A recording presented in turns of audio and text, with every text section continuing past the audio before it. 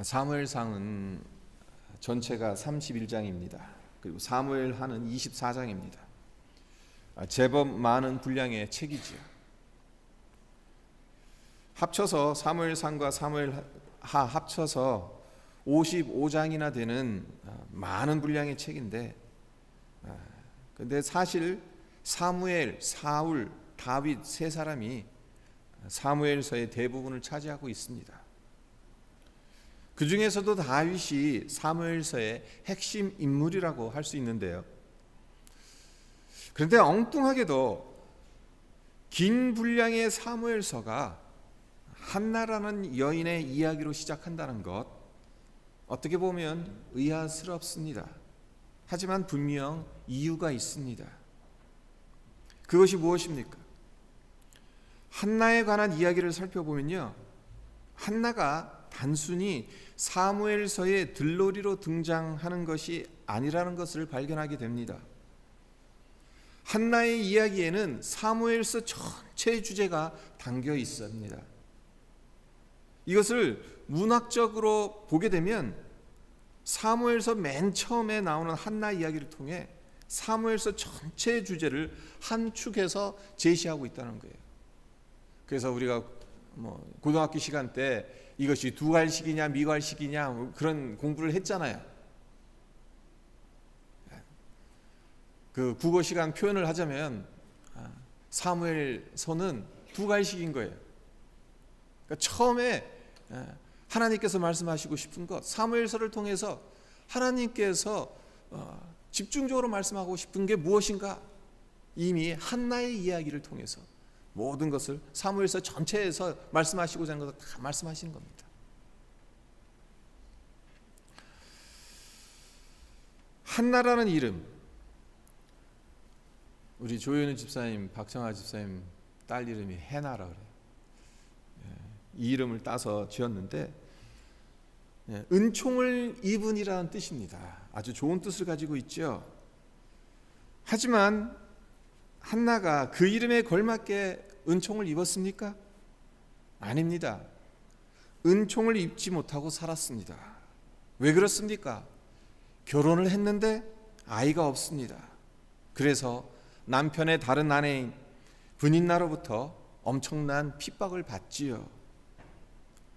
그러나 여러분들도 잘 아시다시피 한나가 종국에는 하나님의 은혜를 입어 사무엘을 낳게 됩니다.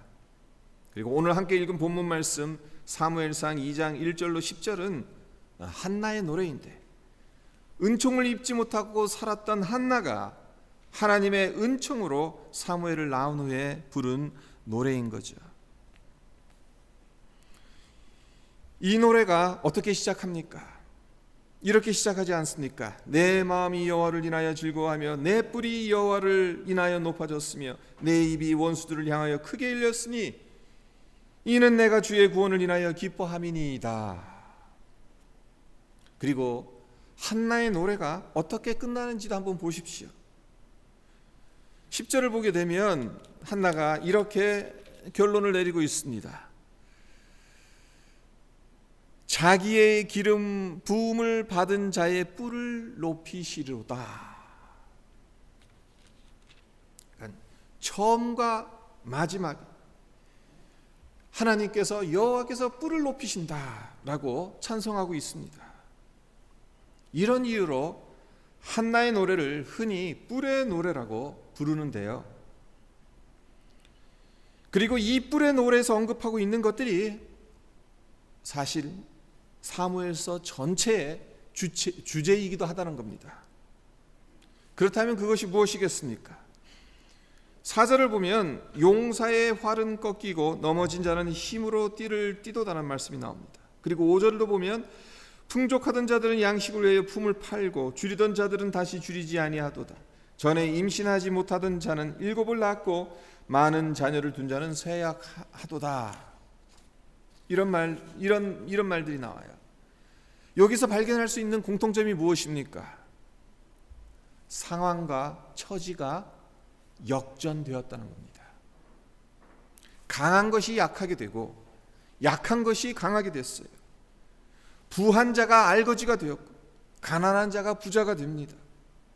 낮은 자가 높아지고 높은 자가 낮아집니다. 이것은 한나 개인의 경험에서 비롯된 고백이기는 하지만 사무엘서 전체의 흐름이기도 하다는 겁니다. 여기서 사무엘에서 중요한 노래 두 가지가 나오거든요. 사무엘서 전체를 통해서. 근데 그것이 시작 부분에 나오고 끝 부분에 나와요. 시작 부분에 나오는 건 오늘 읽었던 이 뿔의 노래, 한나의 노래입니다. 그리고 다른 하나는 사무엘하 마지막 장에 나오는 노래인데요. 다윗의 노래예요. 사무엘하 22장에 나옵니다. 한번 찾아볼까요? 사무엘하 22장을 보세요.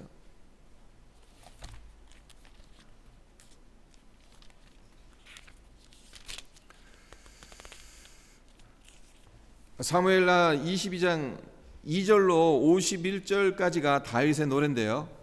여기서 2절하고 3절만 보십시오. 다 읽을 시간이 없으니까 2절하고 3절만 보면 다윗이 이렇게 노래를 합니다. 여호와는 나의 반석이시요 나의 요새시요 나를 위하여 나를 건지시는 자시요 내가 피할 나의 반석의 하나님이시요 나의 방패시요 나의 구원의 뿌리시요 나의 높은 망대시요 그에게 피할 나의 피난처시요 나의 구원자시라 나를 폭력에서 구원하셨도다. 다윗의 시에도 뿔이 나옵니다.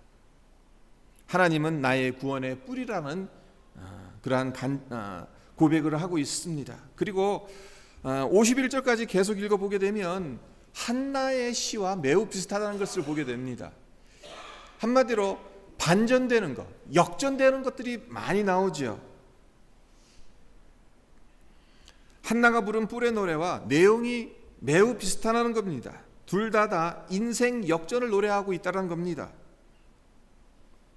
그리고 이 사무엘 2장에서 나온 뿔의 노래, 그리고 사무엘하 22장에 나오는 다윗의 노래, 이 노래가 신약에 가면 누구의 노래로 이어지냐 하면 마리아의 노래로 이어지거든요. 그래서 누가복음 1장 46절에서 55절에 보면 마리아의 노래가 나오죠. 예수님을 잉태하고 부른 그 유명한 노래예요. 누가복음도 한번 찾아보겠습니다. 누가복음 1장을 보세요.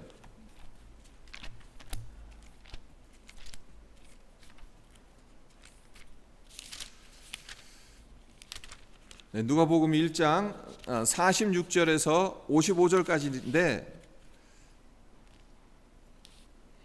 46절에서 50절까지만 보도록 하죠. 마리아가 이르되 내 영혼이 주를 찬양하며 내 마음이 하나님 내 구주를 기뻐하였음은 그의 여종의 비천함을 돌아보셨습니다. 보라 이제 후로는 만세의 나를 복이 있다 일컬으리로다.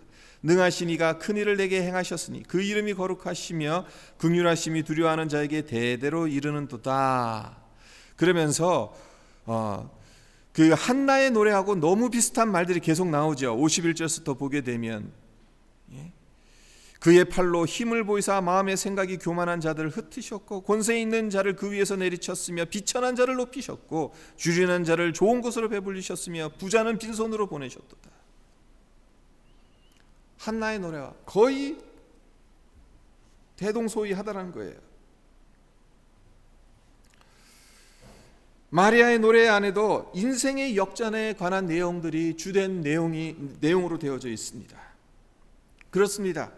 아이가 없어서 핍박받던 한나에게 이스라엘 역사상 최고의 영적 지도자 중 한 사람이었던 사무엘을 보내주셨고 또 이세 아들 중에서 왕이 되리라고 어느 누구도 예상하지 못했던 막내 다윗을 왕으로 선택하여서 기름 부음을 받게 하셨어요. 그리고 이름 없는 미천한 촌부를 통해 독생자 예수를 보내주신 하나님이라는 것. 이 새 노래에서 우리가 발견하게 되는 것이 무엇입니까? 하나님은 약한 자를 세우시고 강한 자를 무너뜨리시는 방식으로 이 세상을 다스리신다는 것. 이것이 성경 전체의 중요한 메시지라는 겁니다. 그리고 이런 점에서 한나가 부른 뿔의 노래는 성경 전체에서 매우 중요한 위치를 차지하고 있다는 거예요.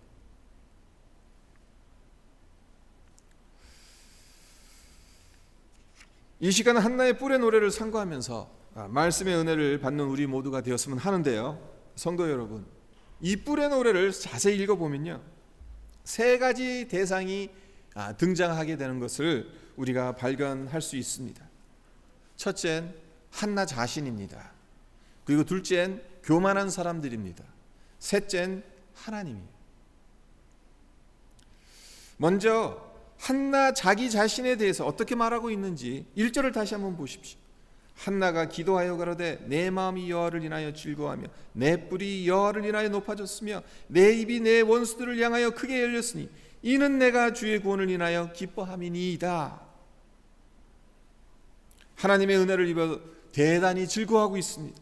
위축함 없이 당당한 모습을 우리가 보게 됩니다. 근데 본문 말씀 앞장인 1장엔 한나의 모습이 어떤 식으로 비춰졌습니까? 가여운 여인으로, 성소에서 소리도 함부로 못 내고 중얼거리며 울면서 기도하는 모습으로 비춰지지 않았습니까? 아이를 잉태치 못하는 서름 때문에 억울해서 눈물 섞인 기도를 드렸던 한나였습니다. 불임이란 그 시대의 여인에게는 미래의 희망이 전혀 없는 절망 그 자체이거든요. 그런데 그런 그녀가 어떻게 이런 노래를 부를 수 있었겠냐는 거예요.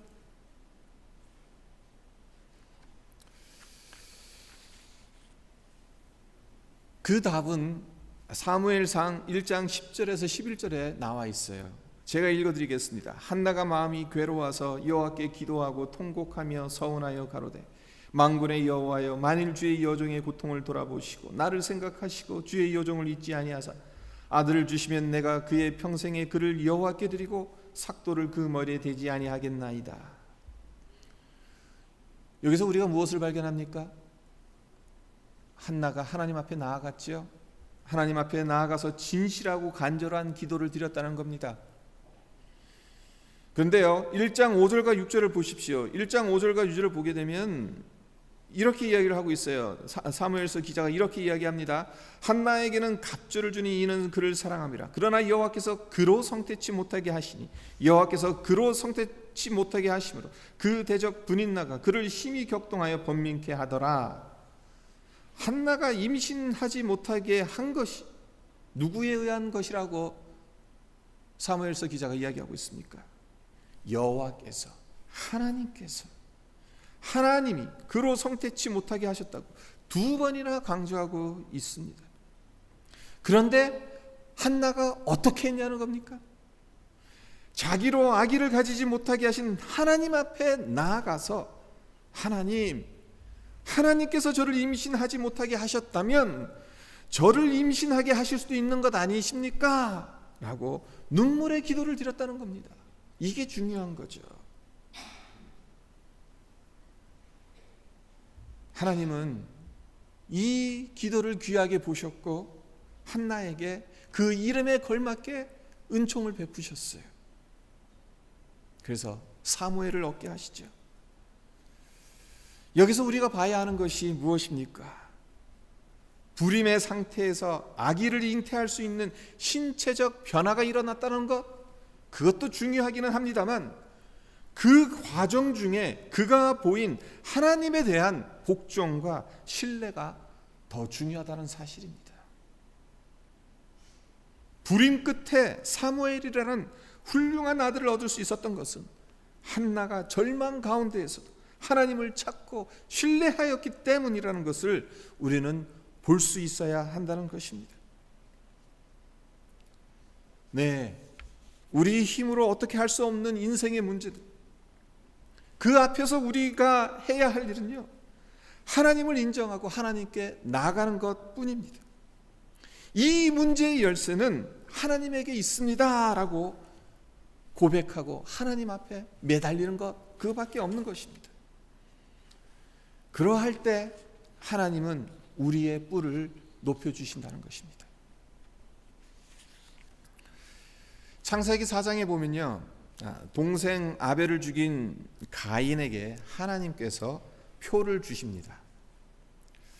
다른 사람들이 가인을 죽이지 못하게 하는 표를 주시는데, 이 표를 주시면서 하나님께서 가인에게 이런 말씀을 하세요. 창세기 4장 12절 말씀입니다. 너는 땅에서 유리하는 자가 될지라.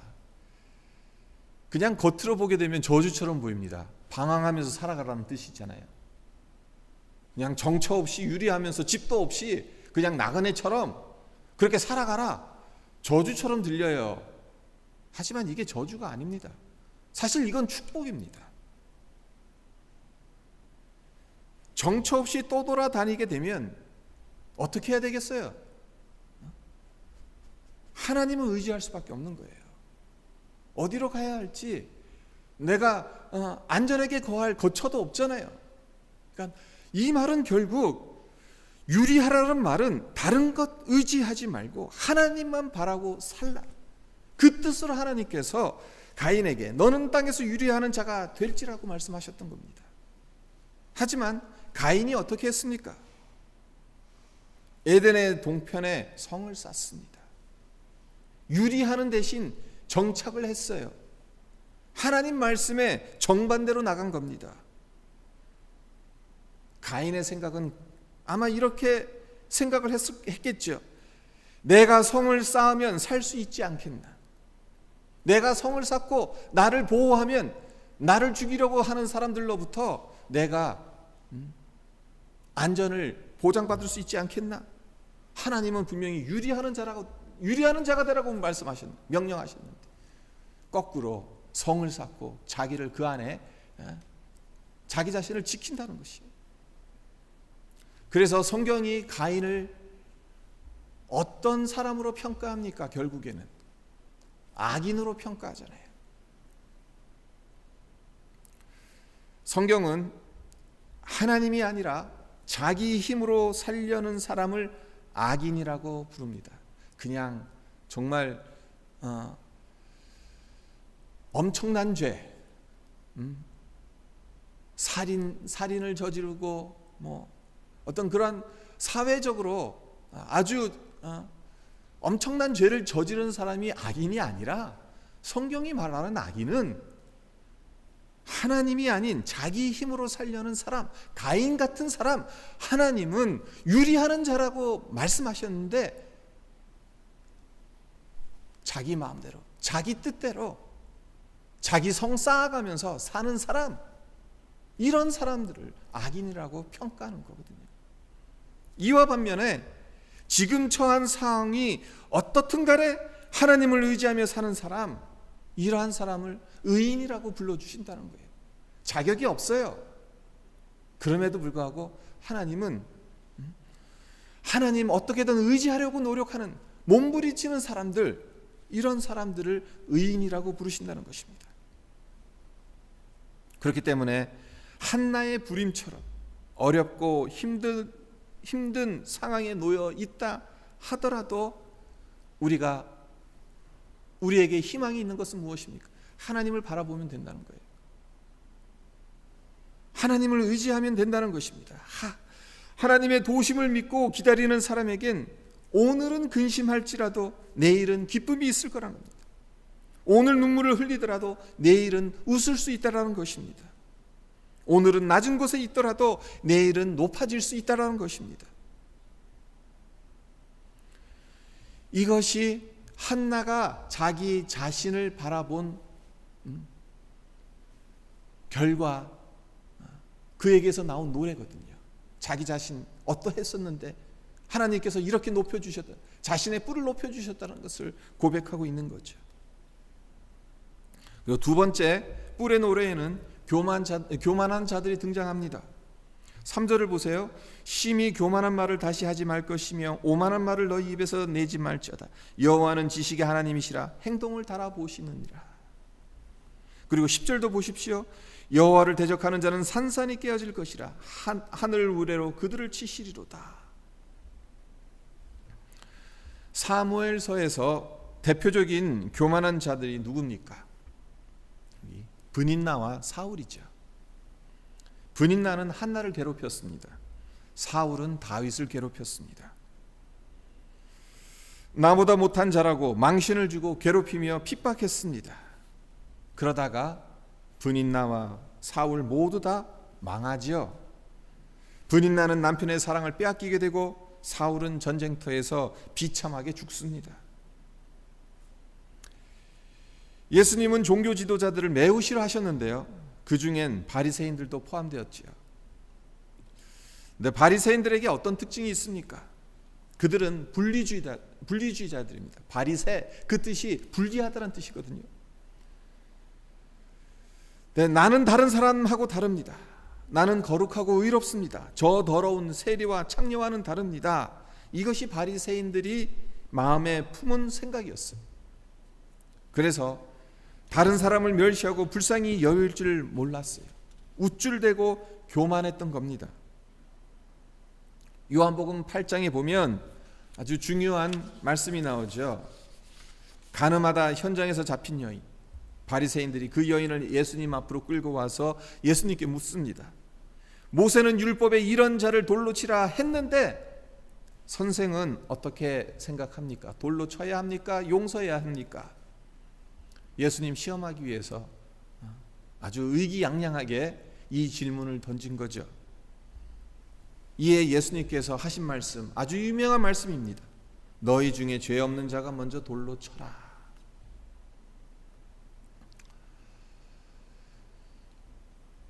바리새인들 종교적인 열심 나무랄 데가 없는 거예요. 하지만 문제는 다른 사람을 향한 자기보다 못한 자들을 향한 불쌍한 마음이 없었다는 것, 그것이 큰 문제였다는 것이었습니다. 인생 역전을 아는 사람은 교만하지 않습니다.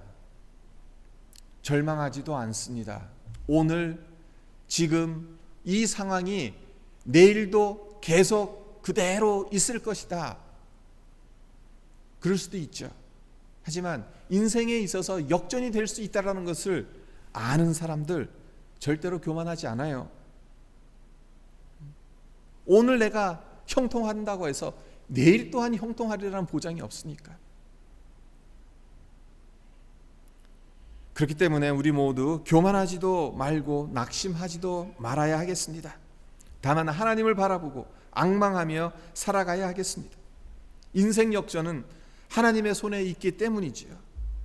한나는 인생 역전의 한복판에 섰던 사람이었기 때문에 우리에게 이렇게 말해주는 겁니다. 우쭐대지 말고 절망하지 말고 하나님을 바라보라. 세 번째, 뿔의 노래에서 한나가 찬양하는 하나님은 어떤 하나님인지를 보십시오. 2절을 보면 여호와와 같이 거룩하신 이가 없으시니 이는 주밖에 다른 이가 없고 우리 하나님 같은 반석도 없으심이니이다. 3절 하반절도 보면 여호와는 지식의 하나님이시라 행동을 달아보시느니라. 그리고 6절에서 9절까지도 보게 되면 거기에서 인생의 역전들을 일으키게 하시는 하나님인 것을 우리가 보게 되죠. 네, 하나님에 대해서 지금 한나가 말하고 있는 것, 핵심이 무엇입니까? 이 세상은 하나님이 다스리신다는 겁니다. 한치의 오차도 없이 하나님을 사랑하는 자와 그렇지 않는 자를 분별하신다는 겁니다. 그래서 인생을 뒤엎으신다는 거예요. 농부가 땅을 기경하여 속과 겉을 뒤집어 놓듯이 하나님은 낮은 자를 높은 곳에 두시고 높은 자를 비천한 곳에 내동이 치실 수 있다는 겁니다. 하나님을 의뢰하는 자는 높이시고 하나님이 없다 하는 자는 낮추신다는 겁니다. 성도 여러분, 이것이 우리 인생을 살아가는데 꼭 기억해야 할 중요한 원리입니다. 인생의 승부는 내 손에 있는 것이 아니라 하나님 손에 있다라는 사실입니다. 하나님을 의지하는 자, 결국에는 승리자가 되는 것이고 하나님을 부정하는 자는 결국엔 패자가 된다라는 사실. 한나는 자신의 경험을 통해 이 사실을 간증하고 있는 것입니다. 인생을 역전시키시는 하나님이 계시다는 것, 그러므로 하나님을 의지하라는 것, 그러면 여러분도 나와 같이 이렇게 노래할 날이 있을 것이라는 것을 이 한나의 노래를 통해서 우리에게 이야기해 주고 있는 것입니다. 앞서 말씀드렸던 것처럼 사무엘서는 두 갈씩이라 그랬어요. 주제가 이미 앞에 나와 있다 그랬어요. 네, 사무엘서 전체에 핵심 요절이 있어요. 여러 가지가 있지만 가장 중요한 핵심 요절이 무엇이냐면요, 2장 30절입니다. 2장 30절을 보세요. 2장 30절을 보시면, 그러므로 이스라엘의 하나님 나 여호와가 말하노라, 내가 전에 내 집과 내 조상의 집이 내 앞에 영영히 행하리라 하였으나 이제 나 여호와가 말하노니 결단코 그렇게 아니하리라. 나를 존중히 여기는 자를 내가 존중히 여기고 나를 멸시하는 자를 내가 경멸히 여기리라. 나를 존중히 여기는 자를 내가 존중히 여기고 나를 멸시하는 자를 내가 경멸히 여기리라는 것이 사무엘서 전체의 주제입니다. 이 주제에서 벗어나는 사람이 아무도 없어요. 대표적인 인물이 누굽니까? 사울이죠. 처음에는 겸손했어요. 하지만 하나님을 경솔히 여기게 됨으로 말미암아 저가 하나님으로부터 경솔히 여김을 받게 되는 그런 비참한 말로를 맞게 되죠. 근데 다윗 역시 여기에서 벗어나지 않는다는 거예요. 사무엘하 24장을 보면요, 사무엘서의 마지막 이야기가 나옵니다. 네, 어떤 이야기입니까? 다윗 왕이 인구 조사를 하게 된 이야기입니다. 근데 다윗이 인구 조사를 하고 나서 그가 고백하는 것이 있어요.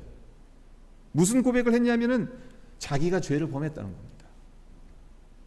이상하지요? 왕이 자기 나라 인구 조사하는 것이 왜 죄가 됩니까? 이것이 왜 죄가 되느냐? 다윗의 마음에 이제는 하나님 의지하기보다는 내 백성의 군사력을 의지하려는 마음이 있었기 때문에 죄가 되었던 겁니다. 이로 말미암아 다윗이 어떤 징계를 받지요? 이스라엘에 전염병이 돌아서 3일 동안 7만 명이 죽어져 나가죠. 사무엘서 마지막 부분에 왜 이 이야기가 거기에 딱 자리 잡고 있겠습니까? 아무리 하나님 마음에 합한 다윗이라 할지라도 하나님을 경홀히 여기고 자기 힘을 의지하려 했을 때엔 하나님에게 가볍게 여김을 받게 되는 것을 보여주는 단적인 예라는 겁니다. 이와 반면에 사무엘서 처음에 나오는 한나, 소리도 내지 못하고 서럽게 울던 여인, 하나님을 존중히 여김으로 하나님의 은총을 받게 되고, 그래서 하나님으로부터 이 뿌리 자기의 뿔이 높아졌다라고 그에게서 위대한 영적 지도자가 나오지 않습니까? 뿔의 노래를 부르는 사람이 되지 않았습니까? 참으로 기가 막힌 대비이지 않습니까? 그렇습니다. 뿔의 노래는 하나님을 존중히 여기는 자가 하나님으로부터 존중히 여김을 받기 때문에 부를 수 있는 노래입니다.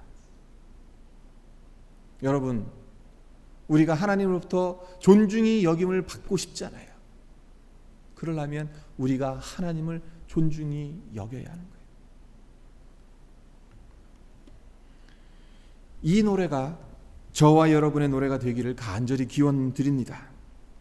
어려울 때나 잘 될 때나 어떤 상황 속에서도 하나님을 존중히 여기는 우리 모두가 되어서 우리의 뿔을 높여주실 하나님의 은혜를 풍성히 누리는 복된 삶이 되기를 주님의 이름으로 축원드립니다.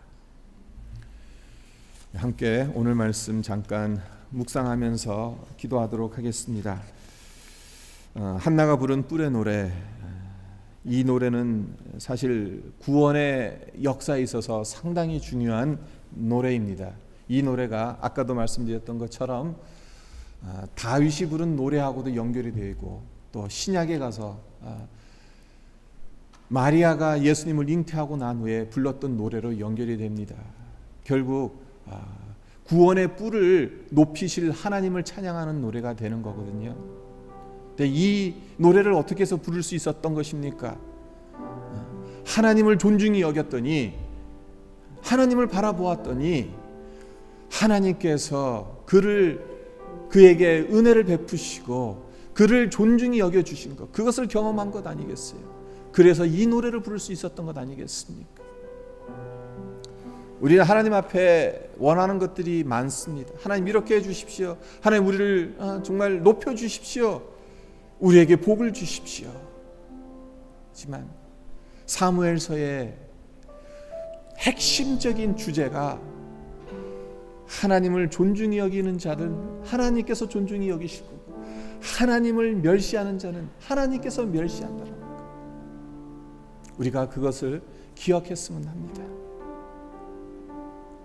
그래서 우리가 정말 뿔의 노래를 부를 수 있는, 이 구원의 뿔의 노래를 부를 수 있는 우리 모두가 될 수 있도록 하나님 우리의 마음을 지켜주십시오. 주장해 주십시오. 그렇게 함께 기도하는 시간이 되었으면 합니다. 기도드리겠습니다. 아버지 감사합니다. 주님.